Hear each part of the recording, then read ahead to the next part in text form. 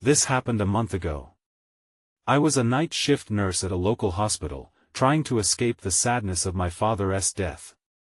At 32, I thought the flickering lights and empty hallways would feel familiar and comforting. I wanted to rebuild my life and save up for an art studio. I never expected what would happen. The first few shifts were okay. I did my job and checked on the patients. I heard sounds, maybe the air vents humming or a door creaking, but I ignored them. I figured I was just tired. Then, on my third night, I started hearing low murmurs. They crept through the air ducts. I paused, wondering if it was just my imagination. I shook it off and went back to work. As the nights went on, the whispers grew louder. They formed strange, jumbled words. I felt uneasy. Was it really happening, or was it all in my head? I wanted to focus, but the rustling papers and faint footsteps in the empty halls made my skin crawl. My heart raced. I looked around, but I was alone. The silence felt heavy, like it was closing in on me. Then I saw flashes of movement. Out of the corner of my eye, shadowy figures slipped through the hall. But when I turned to look, nothing was there. I shook my head again. I told myself it was just my tired mind playing tricks. But each night, the whispers got louder. One night, while checking on a patient, I heard a voice. It sounded like a woman. She called my name, Lisa. It felt urgent and pleading. I froze. My breath hitched. I looked into the hallway. It was empty. I felt icy chills run down my back.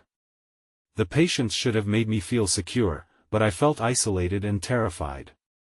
The voices continued, and the shadows grew thicker.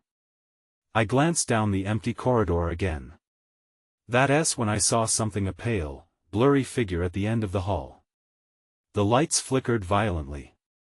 I stumbled back, heart racing. Then it disappeared, like smoke. Was I going crazy? Maybe the grief was catching up to me. I stood in silence, trying to calm my racing heart. Just then, I heard that voice again, right next to me, chillingly clear. Lisa. Panic surged through me. My head spun. I turned slowly, feeling frozen. I couldn't shake the feeling that something was watching me.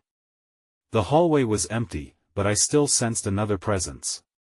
My heart thundered in my chest. I didn't know what to do. Then, everything went silent. A heavy stillness surrounded me. Where had that voice come from? I felt trapped and alone. I stood there, listening, but I heard nothing. Then, just when I thought I was free from the whispers, a soft voice echoed again, Lisa. I wanted to scream, but no sound came out. I could only stand there, paralyzed with fear. I was sure I wasn't alone, and the night felt darker than before. I took a deep breath, trying to steady my trembling hands. The fear clawed at my stomach. I needed to check on my patients, but the growing dread held me in place. I forced myself to move, stepping away from the shadows that felt too close. I entered the patient room down the hall. Mr. Thompson was sleeping, his chest rising and falling gently. I listened for any signs of life in the room, but it was still, too still. I checked his vital signs, hoping to focus on something familiar. The steady beep of the monitor felt reassuring until it didn't. The sound seemed to echo louder in the silence, as if mocking my fear. Then I noticed a flicker of movement out of the corner of my eye. I whipped around, but it was just a curtain swaying from the air conditioning. I glanced back at Mr. Thompson, who remained peacefully asleep. But the whispers returned, filling my mind again. They were close, too close. I could almost make out what they were saying. Help! I jerked my head toward the door. The voice was stronger now, clear enough to make me feel uneasy. Who was asking for help? My heart raced. I stepped over to the doorway, scanning the corridor. It was empty, but I felt a pull, like something was beckoning me to follow. I hesitated but then turned back. After all, I was a nurse. I was supposed to help. I forced myself to walk towards the source. The whispers seemed to guide me, stronger now, echoing off the walls. "Help me, Lisa." I walked faster, my shoes clicking sharply against the floor. The air felt thicker as I approached the nurse's station. That S when I saw it, a piece of paper fluttering on the desk. I didn't remember leaving anything there. I approached cautiously and picked it up. It was a patient record that shouldn't have been there. The name sent a chill through me. Emily Carter. I recognized the name. Emily had been a young girl who passed away at the hospital last year. I felt a wave of sorrow wash over me as I remembered her bright smile and bubbly laughter. I had cared for her in her final days. I flipped the paper over, and my breath caught in my throat. In messy handwriting, someone had scrawled the word "sorry" repeatedly, over and over again, as if they were desperate to communicate something.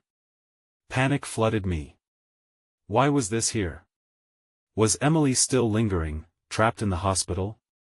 I dropped the paper, my heart pounding. Before I could process what it all meant, I heard it again, a soft voice, right behind me. "Lisa, come." I spun around, and the hallway filled with dim light again. There she was, a shadow with long hair and a white gown. My pulse quickened. I wanted to scream, to run, but my feet felt glued to the ground. I could only stare at her as she faded in and out. Then the lights flickered, and everything went dark. The darkness enveloped me, swallowing any sense of direction. I felt cold air brush against my skin, as if something was moving close by. I panicked, my heart racing, wishing for the lights to flicker back on.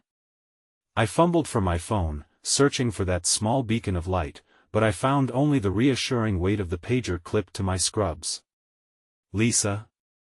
The voice came again, softer this time. It felt like a fragile thread pulling me, urging me forward. I stepped hesitantly, struggling to remember the layout of the hallway. I didn't want to stumble into anything or anyone. Suddenly, the emergency lights sputtered on, casting an eerie glow over the corridor. I blinked, adjusting to the light. Shadows danced on the walls, and the hallway seemed to stretch endlessly. Only then did I realize I was completely alone. I swallowed hard, I felt the weight of my loneliness settle in. "Emily?" I whispered, unsure if I should call her name. But the name hung heavy in the air as if inviting a response. The faint hints of movement caught my eye down the hallway. I squinted, trying to focus. There was a figure at the far end, pale and shimmering in the dim light. "Come," the voice urged again, drawing me closer. As I took a step, my foot caught on something hard.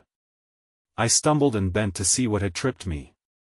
It was a small stuffed bear, its button eyes glistening even in the dimness. Emily's bear. My breath caught in my throat. I remembered her clutching it in the hospital during her treatment. "Is this yours?" I breathed, half expecting a response. But the only sound was the dull hum of the generator. I picked up the bear, clutching it tightly, wishing it could somehow shield me from the dark. "Lisa," the voice came closer now, almost a whisper, like the wind curling around my ear. I glanced up, my pulse quickening. The shadowy figure stood at the far end of the hall, closer than before, its outline sharper. I could almost see her face. I shook my head, trying to dispel the confusion. This had to be a trick of the mind. I had been working too long, and fatigue was creeping in. I didn't want to believe Emily was trying to communicate. Yet, something deep within me stirred with concern. What if she was trapped? As the figure lowered her head, the light flickered again, and my heart plummeted. The emergency lights buzzed and dimmed, and with one final shudder, they died. Just like that, I was plunged into darkness once more, holding the stuffed bear tightly against my chest. A sudden noise broke the silence, a crash, muffled but distinct, coming from the direction of the nurse's station. My instinct kicked in. I couldn't ignore it. I had to investigate. I felt around for the wall and began to feel my way toward the sound. Fear clawed at me, but I needed to know. I needed to find out what was happening. As I crept forward, the whispers persisted, echoing in the void. They grew in urgency, urging me closer. Then a chilling thought shot through my mind: what if I wasn't alone in the darkness? The corridor stretched ahead, swallowing sound and light. I pressed on, my heart thudding like a distant drum. The whispers grew louder, blending into a hazy, incomprehensible murmur. It felt like they were guiding me, or perhaps warning me. I couldn't tell which. As I neared the nurse's station, I could see vague shapes in the dark. My mind raced. What could have caused the crash? I gripped the stuffed bear tighter, almost hoping it would grant me courage. I reached the desk and fumbled around, searching for any light source. My fingers grazed the cold metal of a desk lamp, and I flipped the switch, but nothing happened. Come on, I whispered to myself, frustration creeping in. That's when I noticed the floor scattered papers lay strewn everywhere, as if someone had rifled through files in a hurry. I knelt down, my hands brushing against the pages. Then I saw it. A name scribbled across one of the sheets, a familiar name, Emily. It wasn't just her bear I had found, it was like she'd left some kind of trail behind. I felt a shiver crawl up my spine as I traced the letters with my fingertips. Lisa. The voice again, sharper this time, as if it were just beside me. I whipped around, but the darkness mocked my search. The nurse's station was empty. My breath quickened. Was it my imagination? Or was someone using Emily's name to lure me into the shadows? Before I could process my thoughts, a loud thud resonated from the end of the hall. My stomach churned, and instinct kicked in. I had to hide. I slipped behind the nurse's station, my heart pounding in my ears. I strained to listen, praying the whispers would give me answers. The sound came again, a slow shuffle, followed by a soft thud. Whoever or whatever was out there was getting closer. Just as I tried to peer around the edge of the station, I spotted a shadow at the end of the hallway. It wasn't moving fast, but the unmistakable sense of dread washed over me. This was no trick of the light. It was real. I glanced down at the stuffed bear in my hands. Emily, help me, I whispered, though I knew it wouldn't answer. The shadow was growing more distinct now, definite shapes forming in the darkness. Then I heard a low, chilling giggle that echoed off the walls. My blood turned to ice. I couldn't stay hidden any longer. I needed to find a way out. I scrambled to my feet and felt my way back toward the exit, desperate to escape the encroaching horror. But as I turned, a sudden rush of air collided with me, and I stumbled backward, eyes wide. The voice called again, sharper now, Lisa. It was so close, and then everything went silent, like the world held its breath. I held my own, realizing I was not alone in the darkness after all. The silence stretched on, heavy and oppressive, as if the air itself were waiting for something to happen. I could feel the weight of it pressing against my skin. My heart beat faster, each thump echoing in my ears. I took a cautious step back, not daring to make a sound. Just then, the shuffle returned, but this time it seemed closer, more deliberate. I was losing my grip. I couldn't just hide forever. I had to know what was lurking in the darkness. Slowly, I turned back toward the entrance, my breath shallow. As I reached for the door handle, I felt a cold gust sweep past me, like someone had brushed against my shoulder. I froze, pulling my hand back. Get out, a voice hissed, barely above a whisper, yet it carved through the tension like a knife. I recognized that voice. It was the same one that had called my name, echoing from the recesses of my mind. It sounded desperate, almost pained. Emily? I croaked, barely able to form the name. The bear felt heavy in my arms, a reminder of her presence. I wanted to call her name again but held back, fearing what the response might be. In an instant, the lights flickered above, almost in sync with the whispers creeping back into my consciousness. I pressed against the wall, feeling it tremble beneath my palm. My instinct screamed for me to run, but uncertainty rooted me to the spot. Then everything changed. A sharp crack split through the murmurs, and the lights dimmed completely, leaving me shrouded in inky darkness. Panic closed in as I stumbled forward, tripping over the sharp edge of a desk. I gasped, my breath quickening. The shuffle turned into hurried footsteps, echoing through the hallway. Someone or something was approaching. In my frenzy, I spotted a glint near the floor. It was a key. I knelt instinctively, heart racing as I snatched it up. What did it unlock? Answers flooded my mind. I needed to know more about Emily. The thought propelled me into action, thoughts racing ahead to the locked rooms I had seen earlier. But first, I had to dodge whatever was coming my way.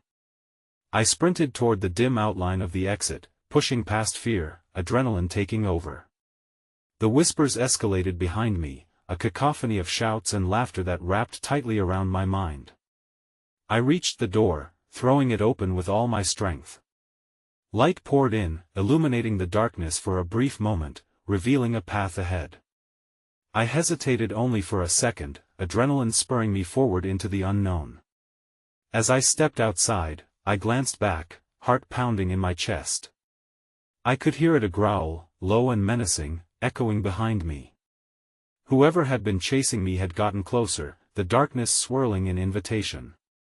Then I remembered the key in my pocket. I had to find the answers, even if that meant going back inside. The thought chilled me, but it was now or never. I couldn't let Emily vanish without a trace.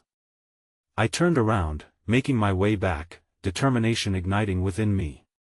The whispers escalated as I approached the door again. I could almost hear Emily urging me on. The moment I stepped back inside, I understood.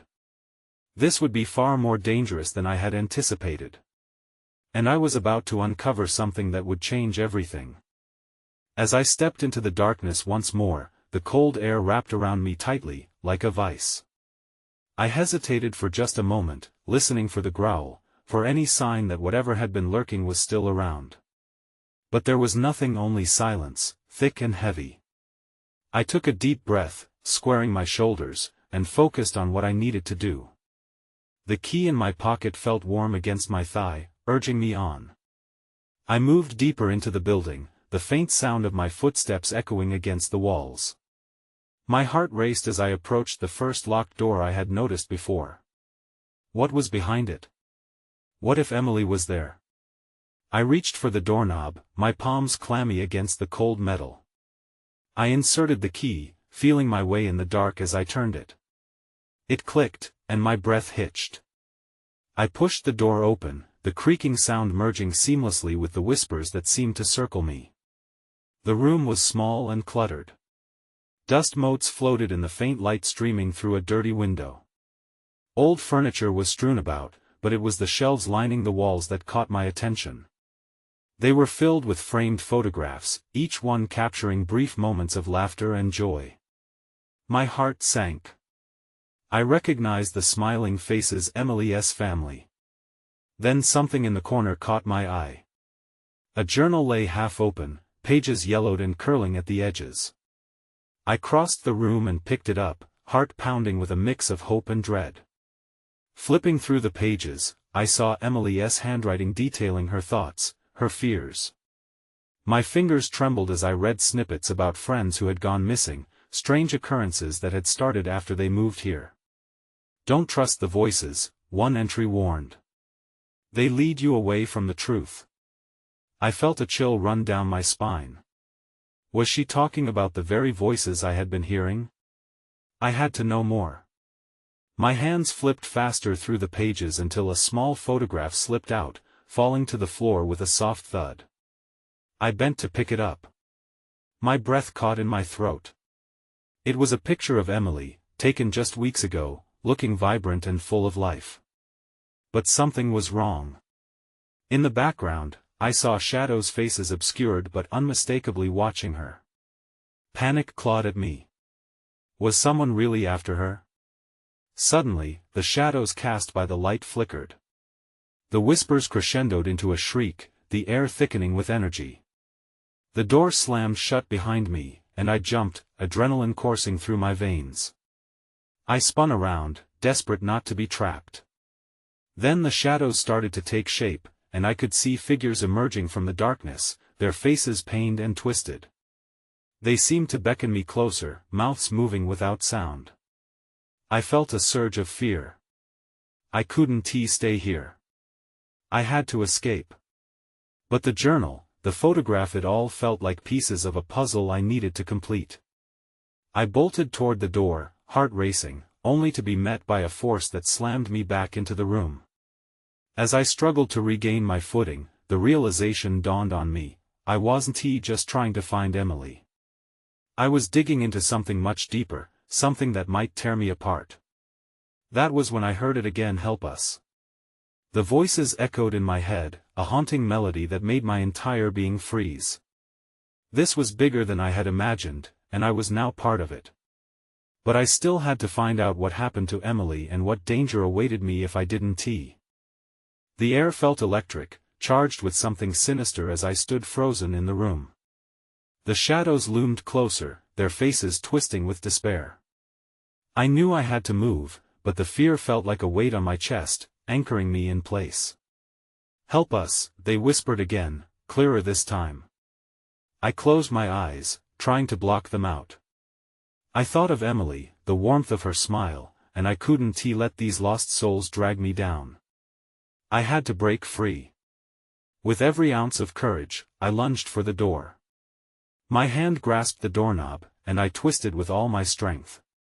It wouldn't budge. Panic surged as I jerked it again and again. The voices grew louder, desperate. I felt the room closing in, the oppressive weight of their sorrow pressing me against the wall. I stepped back, mind racing. There had to be another way. Then I remembered the window. I spun around and dashed to it, desperation fueling my movements. The glass was grimy, but it wasn't locked. I pushed it open with a shuddering breath. The outside air hit me like a blast, cold and invigorating. I looked down. It was a long drop to the ground, and for a moment, doubt clawed at my thoughts. But I'd rather risk falling than stay trapped with those figures. I climbed onto the sill, my heart racing. That's when I saw it, a shimmer of light dancing in the darkness below. I squinted, trying to make sense of it. Was it hope? Or a trick of the shadows? Come back. The wailing voice surged, a raw sound that cut into me. Instinct screamed that I needed to go, to escape this nightmare. I jumped. The ground rushed up to meet me, and I landed with a hard thud. My knees buckled, but I rolled, pulling myself up quickly. I turned to face the building, lungs heaving. The whispers faded behind me, but dread swirled in my gut.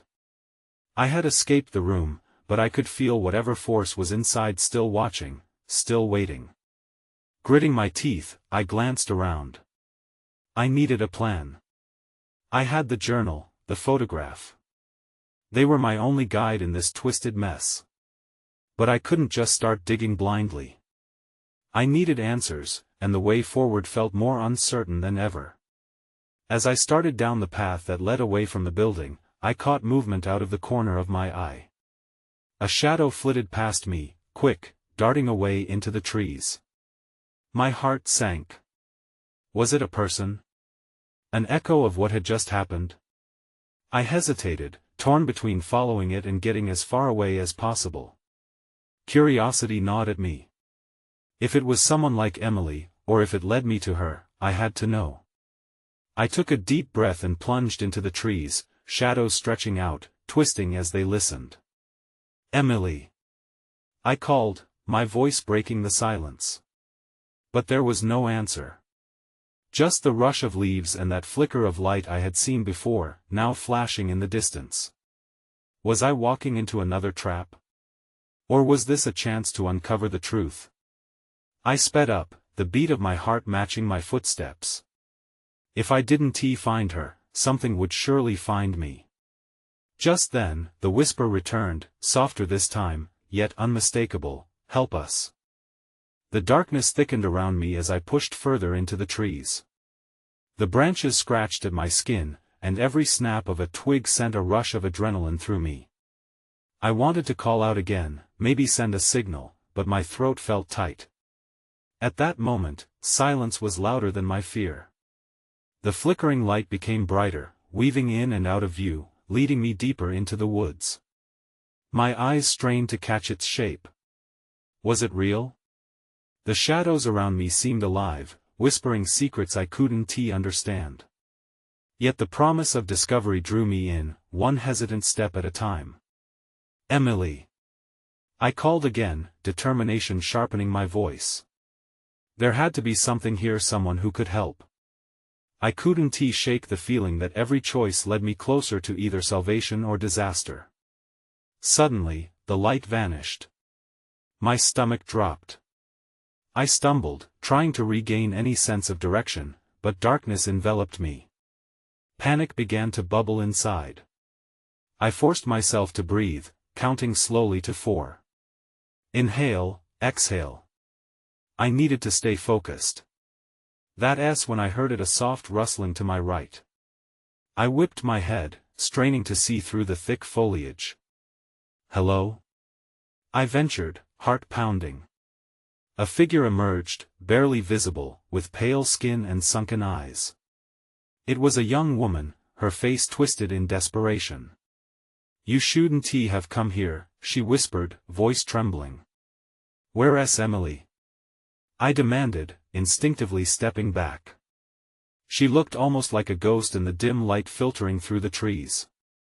"She's not here," the woman said, glancing over her shoulder as if expecting something to emerge from the shadows. "You need to leave. It's not safe." My thoughts reeled. What do you mean? Every instinct screamed for me to turn away, but I held my ground.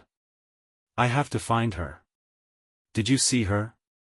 "No," she hissed, backing away as if the mere mention of the name conjured dark forces. "But I can feel her. She's close and she's in danger. You have to help us, before it's too late." "Help you?" Confusion tangled with my fear. "Who are you? What happened to her?" "Time runs differently here," the woman whispered, glancing nervously around. "You need to understand the shadows, they're not just spirits. They take." Just then, the air shifted with an unholy chill. A darkness erupted around us, heavy with malice. My heart raced as the trees groaned under pressure, and I felt an overwhelming weight bearing down on me. I couldn't breathe. "Run!" the woman screamed. "It's coming." Before I could react, she darted back into the trees, disappearing as swiftly as she had appeared. I stood frozen, panic snaking through me. The shadows thickened, swirling toward me like a living entity. I squeezed my eyes shut, but no amount of denial would stop it. "Help us!" the whispers shrieked, echoing in my mind. Everything went dark. Then I found my feet moving against my will, racing after the direction the woman had gone. I needed answers, and Emily needed saving. The hunt wasn't over yet. The ground beneath my feet was uneven, a tangle of roots ready to trip me at any moment. I stumbled forward, chasing the flicker of hope that the woman had sparked. "Emily!" I shouted again, testing the air, wishing it would carry my words to her. But only silence responded, heavy and suffocating. Then, I paused, listening. The rustling had returned, mingling with the sounds of my own frantic breaths. I strained my ears, trying to discern what lay beyond the trees. Was it just the wind, or something more sinister? The thought sent chills racing down my spine. "Help us!" the voice echoed back, distorted and twisted, knotted with anguish. It was different this time, more urgent. I moved toward the sound, pushing back a swirl of panic. The deeper I went, the more overwhelming the darkness felt. It pressed against me, as though the very forest wanted to swallow me whole. I rounded a bend and came into a small clearing. My heart sank. There, in the center, was a large stone altar, overgrown with moss. Symbols I didn't recognize were carved into its surface, twisting and curling like vines. I stepped closer, acknowledging how unnatural it looked amongst the ancient trees. Before I could inspect the markings, a low growl issued from the shadows. My breath caught in my throat. I hesitated, heart thumping in my ears as I probed the murky edges of the clearing. That's when I saw it, a pair of glowing eyes, watching me. My heart raced, I could feel the presence getting closer. The air felt charged, alive with palpable energy. I reached for my phone, praying for a signal, but the screen remained dark and lifeless. The eyes blinked, and the creature moved just enough for me to see its shape, a mass of shadow, indistinct and flowing as if it were made of smoke. "Run," came a voice from behind me, not the woman this time. I whipped around, but the clearing was empty. Instinct kicked in, and I turned to flee back the way I had come. I could hear it behind me, a low rumble that vibrated through the ground. I sprinted, branches lashing at my face, not daring to look back. Whatever it was gaining on me. "Emily!" I yelled again, hoping she was close enough to hear me. I pushed harder, desperation fueling my speed. The pain in my lungs burned, but I couldn't stop. I needed to get out of the woods, away from whatever hunted me. Then I heard it, the unmistakable sound of laughter. High-pitched and mocking, it cut through the fear. I stumbled, trying to get my bearings when I finally broke through the tree line. What greeted me sent shivers down my spine. There was a building, half-collapsed and overgrown, right at the edge of the forest. Dim light filtered through shattered windows, flickering as if inviting me in. I glanced back. The creature hadn't followed me out. Instead, it loomed at the tree line, a shadow among shadows, as if waiting for me to make my next move. I had to decide, confront the darkness in the woods or take a chance on whatever was lurking inside that derelict building. I stepped forward, heart racing. I needed to find out what secrets the night held. But as I reached the door, I swore I heard a voice inside. "Help us." The door creaked as I pushed it open, revealing a dim vestibule littered with dust and debris. A shiver coursed through me. It felt as if the very walls were steeped in despair, whispering untold secrets. The flickering of light inside was intermittent, like some wounded heart still beating within the ruins. "Emily?" My voice was barely a whisper, swallowed by the shadows. I stepped inside, my fingers brushing against the cold, cracked walls. They were damp, pulsing with stories untold. The old floorboards groaned beneath my weight, but I pressed forward, sensing that whatever lay ahead would bring me closer to the truth. There were remnants of furniture scattered about, torn chairs, a broken table draped with spiderwebs. I moved cautiously, the echoes of laughter still pressing in from all sides. I could almost feel Emily's presence urging me on as my heart raced. The glowing light flickered down a corridor to my left. As I approached, the air thickened again, laden with urgency, suffocating yet electric. The whispers returned, now mingling with chaotic snickers. I turned the corner, and a cold gust of wind rushed by. The flickering light came from a room at the end, deep and inviting, like a siren calling me home. Hesitant yet hopeful, I stepped inside. It was a large space, once grand but now faded, filled with memories trapped in time. Dusty portraits lined the walls, their eyes seeming to follow me, gazing blankly into the abyss. "Help us," the voices echoed, this time grounding me in the solemnity of past anguish. At the center of the room, there was an altar similar to the one in the clearing. But this one was covered with objects, a child's doll, crumpled drawings, discarded toys. My heart sank. Had Emily been here? I glanced around, searching the shadows for any sign of her presence. "Emily!" I called again, desperation creeping into my voice. "If you can hear me, please let me know you're safe." The lights flickered violently, the laughter returned, high-pitched and jarring. The shadows seemed to shimmer as though something moved behind them, taunting me. Panic surged in my veins as the whispers morphed into screams, wrapping around me like chains. Suddenly, the air thickened again, a clammy hand pressing against my throat. I stumbled back, bumping into a bookshelf that rattled ominously. "Leave!" A voice, the same voice that had warned me before, shouted above the chaos. I instinctively grabbed the edges of the altar to steady myself, staring into the darkness where the voice had come from. "No!" I breathed, trembling. "I can't leave her." I remembered the journal, the photograph in my pocket. The urgency pressed within, and without thinking, I yanked it out, holding it high. "I know you're here. I can help you," I shouted into the pool of blackness before me. "Tell me what I need to do." The wind howled through the cracked window. The laughter faltered, and for a moment, the shadows retreated. "You shouldn't have come," a whisper hissed. But I was done being afraid. "I have to find Emily. What happened to her? How do I help?" The room shuddered, then grew eerily silent. Just then, I heard a faint rustling behind the altar. I inched closer, holding my breath as my eyes adjusted to the dim light. There, nestled against the dusty ground, I found a small wooden box, elegantly simple, bound with a fraying cord. Its presence felt significant, like it held answers to questions I didn't even know I had. "Emily?" I croaked, dropping to my knees and prying open the box. Inside lay a series of trinkets, oddly familiar: another doll, a tiny pair of shoes, and scattered fragments of letters written in a child's shaky hand. "Help us!" the voices surged back with renewed vigor, urging me closer to the items. I picked up the first piece, a small silver locket. I felt a pull, like an invisible thread connected it to me. Confused yet compelled, I flipped open the delicate filigree. A photograph inside was worn and faded. It was Emily.